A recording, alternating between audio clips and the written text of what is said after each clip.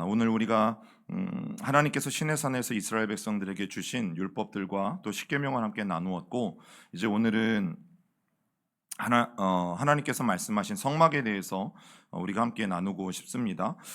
여러분, 성막을 보면 오늘 이제 출애굽기 25장부터 시작해서 성막에 관한 이야기가 11장이나 돼요. 굉장히 긴 분량을 성막에 관해서 성경이 할애하고 있거든요. 성경에 우리가 조금 읽기 어려워하는 부분들이 있죠. 족보 같은 것들, 뭐 한글 이름도 아니고 한국 이름도 아니고 알지 못하는 이름들이 계속 나오는 부분이 참 읽기가 어렵고, 또 하나님께서 이스라엘 백성들에게 주신 율법이나 또 제사법 같은 부분들도 사실은 읽기가 매우 곤란하고 어려워요. 그리고 오늘 이제 시작되어지는 이 성막에 관한 본문도 사실 읽기가 매우 힘든 부분 중에 하나죠. 여러분, 그럼에도 불구하고 성경이 이런 것들을 우리에게 기록해 놓고 알려주고 있다는 것은 의미 없는 내용이 아니라는 거죠. 그것도 성막에 관한 내용은 여러분 11장이나 되어지는 장대한 분량을 소유하면서까지 성막에 대해서 우리에게 알려주고 싶다라는 거죠. 여러분, 하나님은 다 이유가 있으시고 또 성막을 만든 이유가 있으세요. 제가 주일날 이제 예배 시간에 강단에 딱 올라오는데 뭐가 이상한 거예요. 강단에서 뭐가 이상할까요? 전혀 안 이상하세요? 항아리가 자빠져 있는 거죠. 제가 좀 이제 아셨어요? 항아리가 자빠져 있어가지고 제가 오면서 원래 세우려고 그랬어요. 그랬더니 이쪽을 봤더니 얘도 넘어져 있는 거야. 이거는 뭘까요? 꽃꽂이 하신 분의 의도인 거죠. 물론 뭐 둘 중에 하나만 넘어져 있었으면 저는 한쪽은 이렇게 세웠을 거예요. 그런데 두 개가 다 이렇게 비스듬히 넘어져 있는 것은 꽃꽂이를 하시는 분이 분명한 이유를 가지고 얘를 눕혀 놓은 거죠. 여러분, 성막도 그래요. 성막이 우리가 이해하기 어려운 것도 사실이고, 또 아무리 집중해도 그 의미를 다 알 수 없는 게 사실이지만, 그럼에도 불구하고 성막에 집중해야 되는 이유는 여러분 11장이나 되어지는 그런 많은 장수를 할애하면서까지 하나님께서 우리에게 하시고자 하는 말씀이 있는 거죠. 여러분, 우리가 이미 살펴본 내용들처럼 이스라엘 백성들은 광야를 지나오면서 각 지역마다 하나님이 어떤 말씀을 하시는지 그 의미들을 배워왔어요. 그런데 이 광야에서 주셨던 교훈들은 성소 안에 있는 물건들과 그대로 연결이 돼요. 그리고 성막의 모습은 요한계시록에 나오는 하나님 보좌 주변의 모습들과 또 연결이 되어지기 때문에 여러분, 결국 성막은 광야 생활의 교훈일 뿐만 아니라 결국 하나님의 보좌의 모습들이 어떤 모습들인지를 우리에게 분명히 말해주고 있다는 거죠. 여러분, 그런 면에서 오늘 이 11장에 걸쳐서 성막을 길게 설명하는 이유를 한 문장으로 한다면 이런 거예요. 우리 같이 읽어보겠습니다. 하늘 보좌를 바라보면서 광야의 삶을 이겨내라.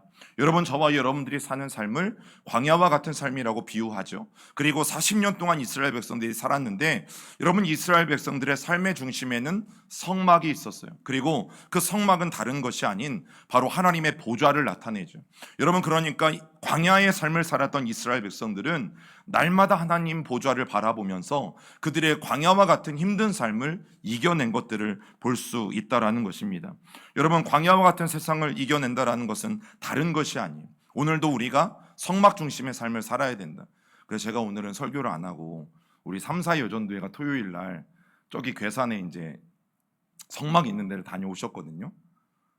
이분들 간증을 이제 한 번씩 쫙 들으면 그죠. 사실은 제가 설교를 하지 않아도 될 텐데 준비하고 계세요. 그러면 분명히 곧 귀한 간증을 나누실 때가 있을 텐데, 자, 성막 중심으로 살아야 된다. 그런데 성막 중심이 다른 게 아닙니다. 하나님 중심으로 생각하고 말씀과 기도 생활을 매일매일 하게 되어지며, 그리고 성령의 충만함으로 저와 여러분들이 살아가는 것, 여러분, 이것이 광야 생활에 있어서 필수인 것을 오늘 성경이 우리에게 분명히 말해주고 있고, 여러분, 성막이 우리에게 말해주고 싶은 것이 바로 그것이에요. 그래서 이스라엘 백성들이 정착했을 때, 언제 정착합니까? 이스라엘 백성들은 자기가 쉬고 싶을 때, 정해진 시간이 되면 몇 분 후에 자기들이 멈춰 섭니까? 언제 멈춰 섭니까? 구름기둥과 불기둥이 서야만 그곳에 섭니다. 여러분, 그들이 정착하면 이런 구조로 그들은 정착을 합니다. 그런데 이 네 12지파가 머무는 이 네 사방의 중심에는 늘 뭐가 있었어요? 성막이 있었어요. 그래서 동쪽에는 여러분 유다 지파를 중심으로 이사갈 스불론 지파가, 그리고 남쪽에는 르우벤과 시므온 갓 지파가, 그리고 서쪽에는 에브라임과 므낫세 베냐민 지파가, 그리고 북쪽에는 단과 아셀 납달리 지파가, 여러분 이 12개의 지파가 늘 성막을 중심으로 삥 둘러서 진을 치고 정착을 했던 것을 보게 되어지죠. 그런데 재밌는 것은 이동할 때예요.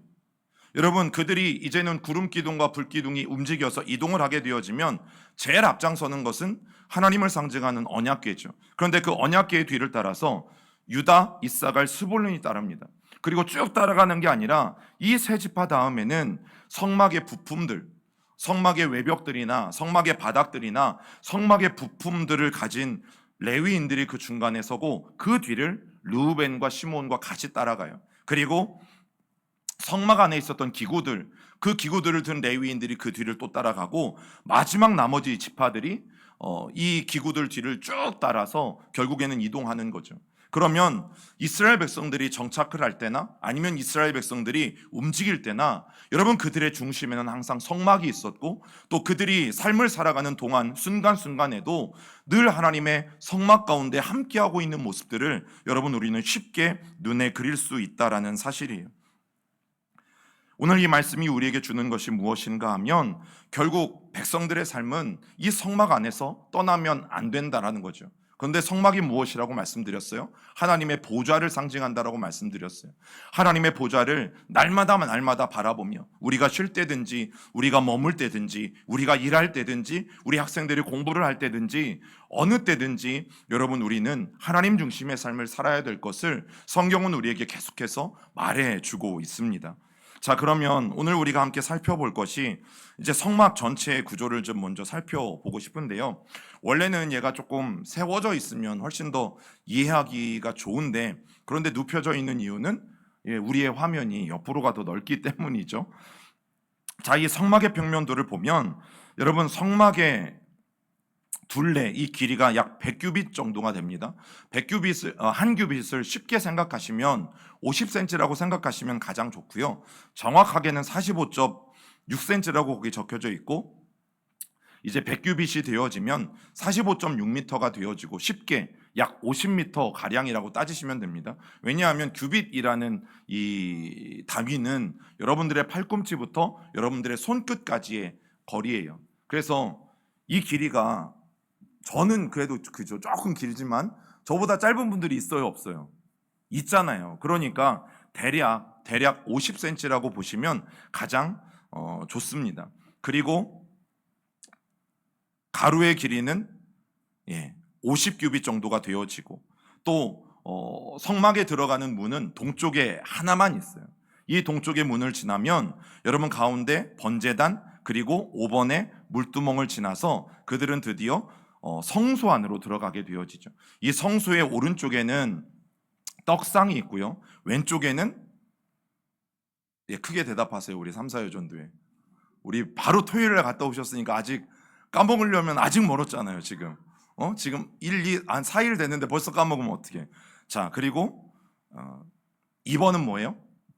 분향단이 있죠. 그리고 분향단과 그 지성소 사이에는 휘장이 가려져 있고 1번에 해당되어지는 곳이 지성소라는 곳이고 여러분 그곳에는 언약궤가 놓여져 있어요. 이렇게 순서대로 들어가게 되어지고 성막의 가장 안쪽에 위치한 곳은 성소 안에 있는 지성소라고 불리는 곳이죠. 여러분 그러면 오늘 우리가 가장 안쪽에 지성소 안에 있는 그 언약궤부터 차례대로 살펴보면서 밖으로 좀 나오려고 합니다. 우리 출애굽기 25장 17절과 18절 그리고 22절 같이 읽어봅니다. 시작. 순금으로 속죄소를 만들되 길이는 2규빗 반, 너비는 1규빗 반, 너비는 금으로 그룹 둘을 속죄소 두 끝에 쳐서 만들되 거기서 내가 너와 만나고 속죄소 위 곧 증거계 위에 있는 두 그룹 사이에서 내가 이스라엘 자손을 위하여 내게 명령할 모든 일을 내게 이르리라. 여러분 이 그룹이라는 것은 천사의 이름입니다. 가브리엘이라는 천사처럼 또 미카엘이라는 천사의 이름처럼 그룹이 천사의 이름인데 여러분 하나님은 언약궤를 만들라고 하셨어요. 그리고 특별히 언약궤는 시팀나무 조각목을 가지고 만들라고 말씀하셨어요. 그 이유가 뭐라고 말씀드렸습니까? 광야에는 뭐밖에 없다? 시팀 나무밖에 없다. 여러분, 이것이 하나님의 은혜입니다. 여러분, 하나님의 것은 다 거룩해요. 그런데 금과 비교하면 이 조각목이라는 나무는 사실은 형편없죠.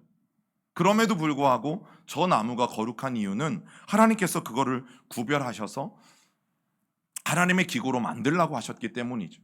여러분, 어떤 재질이나 아니면 어떤 세상적인 기준으로 값이 비싼 것이기 때문에 귀한 것이 아니라 하나님께서 거룩하게 구별하셨기 때문에 거룩한 것이죠. 여러분, 그렇다고 하나님은 없는 것을 가져다가 성막을 만들라라고 말씀하지 않으셨고 또 언약궤를 만들라라고 말씀하지 않으셨어요. 그리고 성소에 있는 모든 물건들은 다 금으로 만들게 되어집니다. 여러분, 이 금은 다 어디에서 난 걸까?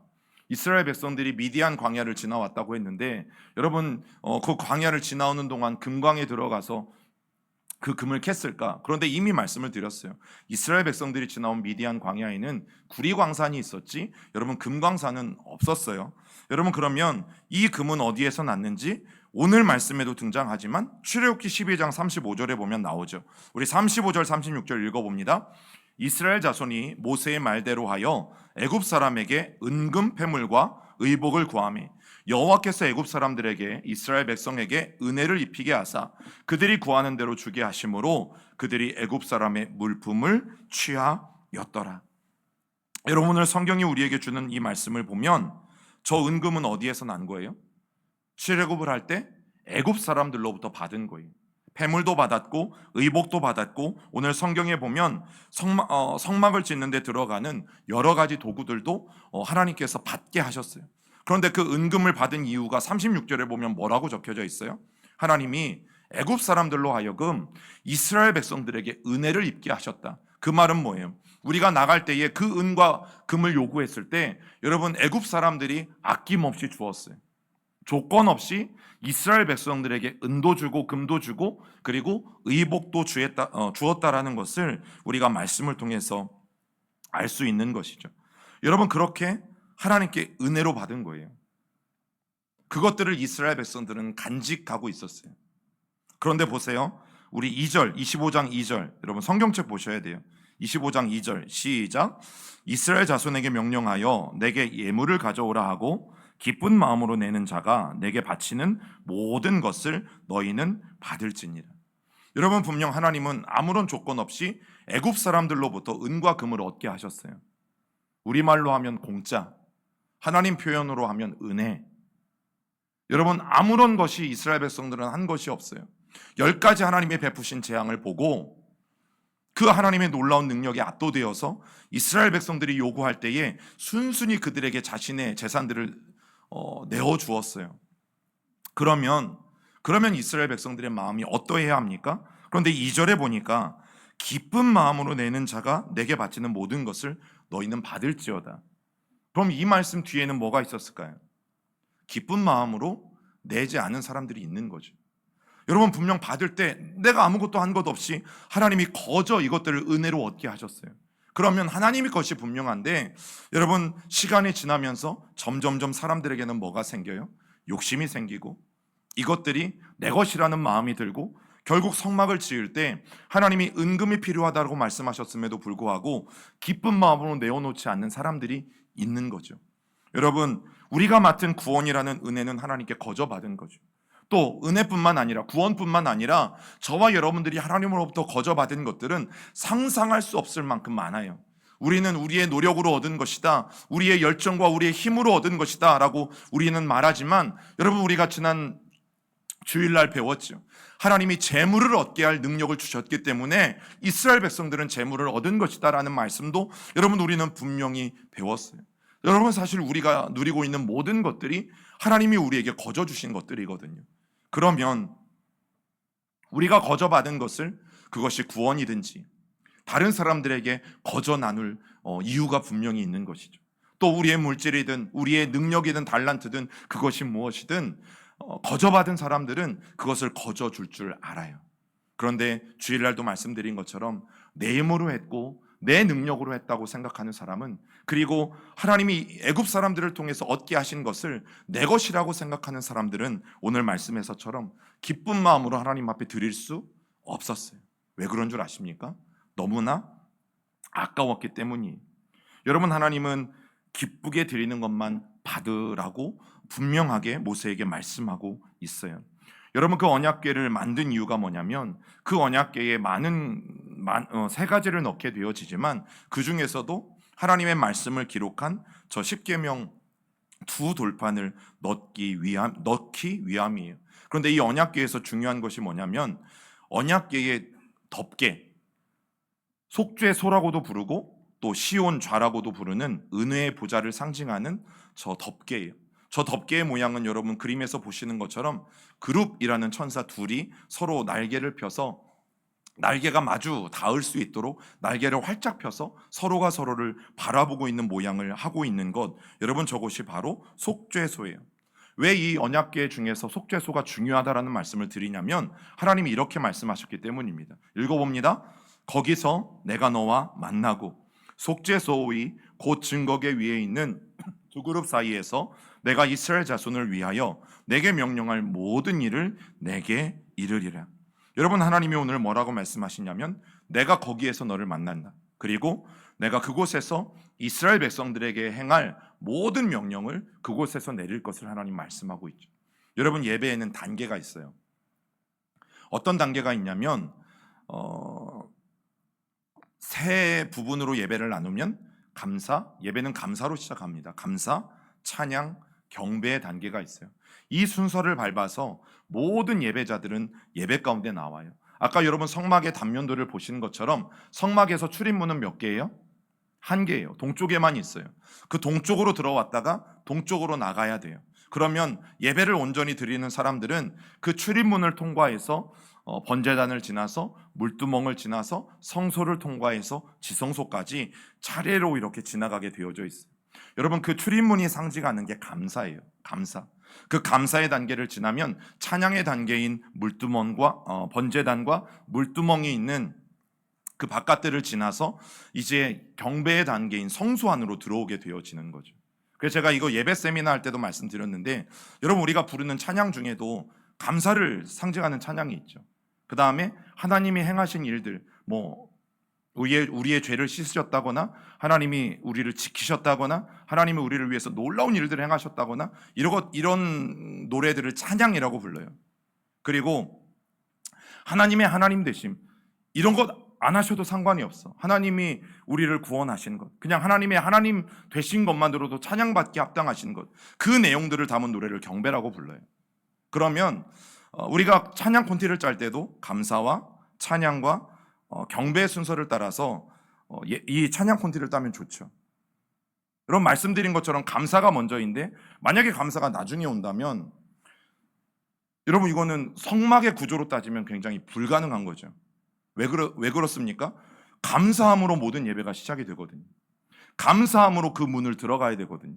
그런데 감사 없이 우리가 예배 안으로 들어간다? 여러분, 그것은 구약의 예배에서 있을 수 없는 것이고 오늘날도 마찬가지. 그래서 성경에서는 감사함으로 그 문에 들어가 그를 찬양하고 그의 궁정에 들어가 그를 예배하라고 말씀하고 있는 거죠.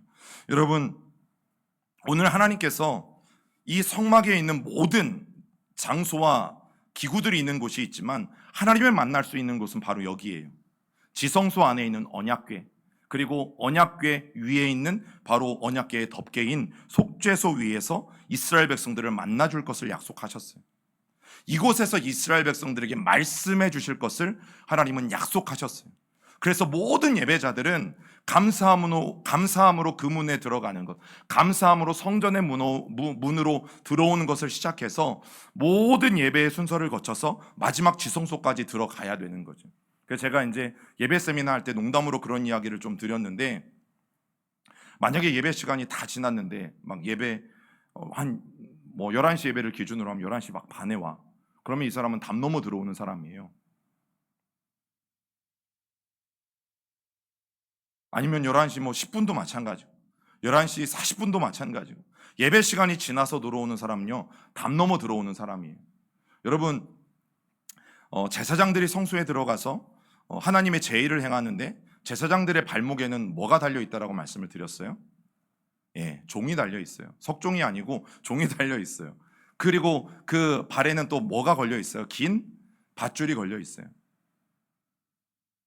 하나님 앞에 번제단에서 자기의 죄와 자기의 재물들을 올려드리지 않고 물두멍에서 깨끗하게 죄를 회개하지 않고 씻지 않고 여러분 성소 안에 들어간 제사장들이 있다면 결국에는 죽게 되어지는 거죠.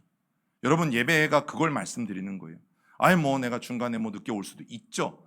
여러분 저는 그렇게 이렇게 제가 이렇게 뭐라고 해야 되나 이렇게 뭐 시간 이런 거 어쩌다 한번 늦을 수 있지. 지난번에 말씀드린 것처럼 목사님 오다가 정말 도움이 필요한 사람을 만나가지고 제가 어쩔 수 없이 도와주고 왔다. 제가 그렇게 해야 된다라고 말씀드렸죠. 그게 그리스도인들의 예배라고. 근데 다음 주에는 목사님 오다가 오늘은 뭐 버스가 늦게 와가지고 늦었습니다. 또 다음 주에는 또 갑자기 나오려고 그랬는데 뭐 누가 찾아와서 또 그 다음 주에는 여러분 매주 예배에 나올 때마다 이상하게 그 사람한테만 그런 일이 생기는 거죠. 물론 그럴 수도 있다라고 믿고 싶지만 그럴 확률은 저는 별로 없다라고 믿고 싶은 사람이에요. 그렇기 때문에 예배는 시간을 지키는 것도 굉장히 중요해요. 왜냐하면 하나님께서 지성소 안에 있는 언약궤 앞에서 대제사장을 만나 주시는데 여러분 이 대제사장이 지성소 안에 들어가기까지는 살아 있어야 되죠. 살아 있어야 지성소 안에 들어가서 하나님도 만나고 하나님의 말씀도 듣죠. 대제사장이 살아있을 수 있는 방법은 감사함으로 그 문에 들어가면서부터 순서를 잘 지켜서 하나님 앞에 나아가야지 살아있을 수 있어요. 여러분 어떤 분들은 예배 시간에 뭔 순서가 중요합니까? 형식이 뭐가 중요합니까? 아니에요. 하나님이 바라시는 형식이 있어요. 하나님 앞에 나아가는 자는 반드시 감사로 예배를 시작해야 하고 반드시 우리 안에 있는 죄들을 해결하고 하나님 앞에 서야 우리는 하나님을 만날 수 있고 하나님의 음성을 들을 수 있어요. 여러분 그래서 언약궤가 상징하는 것은 성부 하나님이시고 그 언약궤 앞에서 하나님은 모세에게 말씀하시겠다라고 또 이스라엘 백성들이 행할 모든 것들을 가르쳐 주시겠다라고 선포하셨어요. 여러분 우리는 그 장소를 뭐라고 부른다고요? 시은소, 시은좌, 그래서 은혜의 보좌라는 말로 불러요. 그런데 여러분 그 지성소에는 매주 갈 수 있는 게 아니에요. 딱 1년에 한 번 대속죄일에 그것도 대제사장만이 그곳에 들어가요. 그런데 그 이유가 뭐냐면 여러분 그곳에 들어가서 그 위에 피를 뿌립니다. 그 위에 피를 뿌리는 이유가 뭐냐면 지난주에 말씀드린 건 여러분 왜 하나님께서 십계명 두 돌판을 주셨는지 말씀드렸죠. 물론 우리가 생각하는 것처럼 한쪽에는 하나님에 대한 계명, 한쪽에는 인간에 대한 계명이라고 우리가 이해할 수도 있지만 그것보다 더 중요한 것은 당시 고대 관습에 보면 우리가 오늘날 서로 계약을 하는 두 사람이 똑같은 계약서를 써서 서로의 도장을 찍고 서로가 교환하는 것처럼 여러분 십계명의 두 돌판의 의미도 하나는 하나님이 가지고 계시고 또 하나님은 인간이 가지고 있는 이 계약의 의미로 보는 것이 고대 관습에서 그리고 성경을 이해하는데 훨씬 더 좋은 표현이다라는 말씀을 드렸어요. 그런데 여러분 그 계약이 1년짜리예요. 1년짜리. 그래서 대속죄일마다 다시금 대제사장이 들어가서 저기에 피를 뿌리면 여러분 이스라엘 백성들은 피하면 뭐가 생각이 날까요? 지금 이스라엘 백성들은 출애굽한 지 얼마 안 됐어요. 뭐가 생각이 날까요? 어떤 절기가 생각이 날까요? 유월절이죠. 유월절. 여러분 하나님께서 저 대제사장이 속죄소 위에 뿌리는 피를 보고 이스라엘 백성들의 모든 죄를 넘어가시는 거예요. 그래서 다시금 1년 동안 이스라엘 백성들이 살아낼 수 있는 기회를 하나님은 주시는 거예요. 그런데 예수님께서 휘장을 찢고 여러분 친히 그분의 피를 흘리심으로 말미암아 이제 우리는 어떻게 되었어요? 1년마다 저 언약이 갱신되어지는 것이 아니라 예수 그리스도를 믿고 살아가는 오늘날 우리들에게는 이제 평생 그 예수 그리스도의 보혈로 말미암아 우리가 영원한 하나님의 언약 백성으로 살아가는 놀라운 은혜가 우리에게 주어진 것이죠. 여러분 그렇기 때문에 오늘 저와 여러분들이 예수 그리스도를 붙들고 살아가는 것이 너무너무 중요하고 소중하다라는 사실입니다. 여러분 이제 그렇게 해서 그 성소 안에 우리가 거꾸로 지성소에서 성소로 나오게 되어지면 떡상과 등잔대를 볼 수 있죠. 여러분 이 떡상이라는 것은 이렇게 생겼습니다. 뭐 정확하게 이렇게 생겼다라고 말하기보다는 이것도 여러 가지 문헌과 자료들을 가지고 복원한 건데, 중요한 것은 12개의 무교병을 6개, 6개, 12개의 무교병을 그 떡상 위에 놓게 되어지고, 여러분 이것을 일주일에 한 번인 안식일마다 저 떡은 교체하게 되어져 있어요. 그런데 이 떡상이 우리에게 주는 의미가 무엇입니까? 바로 예수 그리스도. 여러분, 예수님은 자신을 가리켜서 뭐라고 말씀하셨어요? 나는 생명의 떡이니. 요한복음 6장 48절에 보면 예수님께서는 친히 자신이 생명의 떡인 것을 말씀하셨죠. 그래서 이 떡상이 우리에게 상징하는 것은 바로 예수 그리스도인 것이죠. 그리고 그 옆에는 금초대가 있어요. 등잔대라고 부르기도 하고 여러 가지 이름이 있지만, 원래 말로 하면 메노라라고 하는 금초대가 있고, 이 등잔대에 받침이 어떤 꽃 모양으로 되어 있냐면, 성경에는 살구꽃이라고 되어져 있지만 이거 예전에 제가 말씀드렸습니다. 성경에 기록되어져 있는 살구꽃은 잘못된 번역이고, 원래는 무슨 꽃이다? 여러분들이 견과류 드시는 것 중에 땡땡땡, 네, 맞아요. 아몬드꽃. 아몬드꽃이에요. 원래는 샤케드라고 부르는 이 아몬드꽃의 모양으로 여러분 이 등잔대 받침을 만들었어요. 그런데 이 아몬드꽃의 의미도 여러분 생각이 나십니까? 흔들어 깨우다, 그리고 지켜보다라는 의미가 바로 이 아몬드꽃 샤케드라는 말에 있어요. 그래서 예레미야 11장 1절과 11절과 12절 시작. 여호와의 말씀이 또 내게 임하니라. 이르시되 예레미야야, 내가 무엇을 보느냐 하시매 내가 대답하되 내가 살구나무 가지를 보나이다. 여호와께서 내게 이르시되 내가 잘 보았도다. 이는 내가 내 말을 지켜 그대로 이루려 함이라 하시니라.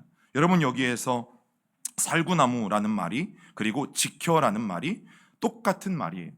아몬드 나무라는 말인데 바로 샤케드, 이 말의 의미는 지켜보다, 그리고 흔들어 깨운다라는 의미를 가지고 있어요. 그래서 이 성막에 아무런 빛도 없고 바로 이 메노라라는 곳에 불이 잘 켜져야지만 성막을 밝게 비출 수 있는데, 여러분 성막을 비추는 이 메노라가 우리에게 말해주는 것이 하나님이 항상 우리를 지켜보고 있다. 하나님이 항상 우리를 감찰하고 계시다. 그리고 하나님께서 때론 우리를 흔들어 깨우길 원하신다. 그래서 이 금초대가 상징하는 것이 성령 하나님이신 거죠. 여러분, 요한계시록에 보면 7촛대는 교회를 말하고 있고, 또 7등불은 하나님의 7영인 성령을 말하고 있는 것들을 보게 되어져요.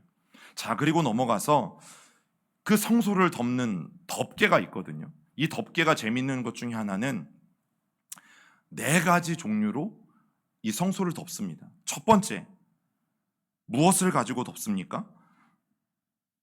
천사의 모양을 그리고 있는 천을 가져다가 여러분 정교하게 수놓아서 그것을 먼저 덮어요.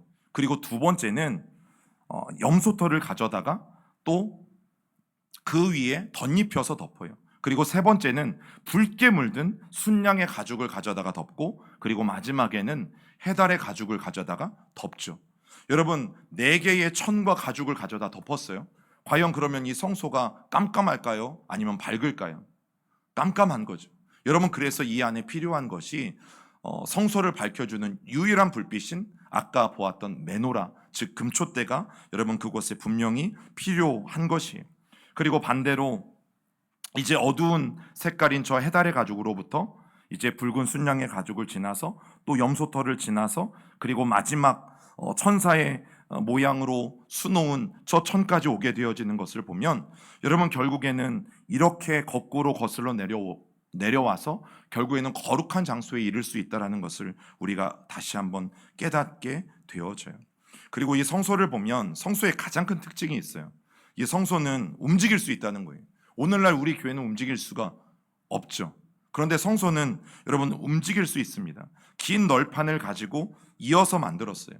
그 길이가 여러분 그림에 보시는 것처럼 길이가 30규빗, 또 넓이는 10규빗, 높이도 10규빗 정도 되어지는데, 결국 성소 안에는 다시 정사각형 모양의 지성소를 만들게 되어지고, 그 지성소 안에 언약궤를 놓게 되어지죠. 그리고 대제사장만이 아까도 말씀드린 것처럼 1년에 한 번 여러분 저 지성소 안으로 들어갈 수 있게 되어집니다. 여러분 우리가 성막의 제도에서 꼭 놓치지 말아야 할 게 뭐냐면 이 분향단이라는 거예요. 아까 말씀드린 이 분향단이 상징하는 것이 기도예요. 기도. 그것도 성도들의 기도. 여러분 이것이 이상한 것 중에 하나가 뭐냐면 원래 성소의 집기들을 만들 때에는 금으로 된 것들을 만듭니다. 그런데 저 분향단도 원래 금향단이라고도 부를 만큼 금으로 만들어요. 그런데 밖에 있는 물두멍, 즉 놋재단으로 만든 기구들을 만든 다음에 여러분 나중에 저것을 만드는 것들을 보게 되어지는데, 자, 오늘 말씀을 통해서 우리가 다시 한번 돌아봐야 될 것이 뭐냐면 기도가 위대하다라는 것을 다시 한번 저와 여러분들이 마음속에 새겼으면 좋겠어요. 그러면 왜 그 기도가 위대한가? 여러분 저 금양단이 성도들의 기도를 상징한다라는 말씀을 드렸습니다. 그런데 언약궤를 보면요, 아까 말씀드렸죠. 언약궤는 누구를 상징한다고요? 성부 하나님, 그리고 떡상은 성자 예수님, 그리고 금등대는 성령 하나님. 그런데 여러분 이 성소 안에 들어가서 이 세 기구들을 보면 특징이 하나 있죠. 그것은 무엇인가 하면, 먼저 보고 넘어갈게요. 삼각형으로 이렇게 이루어져 있는 형태 아래 그 가운데 껴있는 게 뭐냐면 분향단이에요. 분향단. 여러분 이것이 오늘 성도들의 기도, 즉 분향단이 우리에게 보여주는 의미인데, 우리 8장 3절 요한계시록 읽어봅니다. 또 다른 천사가 와서 제단 곁에 서서 금양료를 가지고 많은 양을 받았으니 이는 모든 성도의 기도와 합하여 보좌 앞. 여러분 이 말씀을 보면 어떤 그림이 그려지십니까? 천사들이 내려와서 저 제단에서 향을 받아 모든 성도의 기도와 합하여 보좌 앞에 금제단에 드린다라고 말하고 있죠. 여러분 천사들이 저 앞에서 모든 성도의 기도와 합하여 하나님의 보좌 앞에 있는 금제단에 드린다라고 말하고 있어요. 즉 이 그림을 다시 한번 여러분 기억하시면 성부 하나님, 성자 하나님, 성령 하나님 사이에서 우리는 기도라는 것을 하는 거예요. 우리 그리스도인들의 기도는 왜 불교인들이 하는 기도나 아니면 아침마다 정한수를 떠놓고 천지신명께 비는 그런 샤머니즘적인 기도와 뭐가 다른가? 여러분 그리스도인들의 기도는 성부, 성자, 성령 하나님 사이에서 오늘도 우리가 하나님 앞에 바라는 것이죠. 그러면 이것이 어떤 의미를 가지고 있는가 하면, 여러분 우리의 기도는 단순히 우리의 이기적인 마음이나 우리의 이기적인 욕구나 이기적인 소원을 이루기 위해서 하나님 앞에 드리는 것이 아니라는 것이죠. 성령님과 성자 그리고 성부 하나님 사이에서 그분들의 뜻을 따라 우리가 그 하나님께 조율되어지면서 하나님의 뜻이 무엇인지를 분별하고 하나님께 구하는 것이 기도라는 것을 우리는 분명히 알게 되어져요. 그리고 그 기도가 응답되어지는 기도라는 사실도 여러분 우리는 분명히 깨닫게 되어지죠. 이것이 그리스도인들의 기도와 다른 사람들의 기도와 다른 거예요. 여러분 말씀드리잖아요. 이제 수능일이 되면 모두가 다 기도합니다. 엿을 갖다 붙여놓고도 기도하고 절에 가서 불공 드리면서 기도하고, 그런데 기도의 내용은 다 똑같죠. 우리도 교회에서 수능 기도회 하고 기도의 내용은 어떻게 다 똑같아요? 하나님, 시험 잘 보게 해주세요. 시험 잘 봐서 원하는 대학에 들어가게 해주세요. 대상만 다르죠. 그런데 우리의 기도 내용은 다 똑같아요.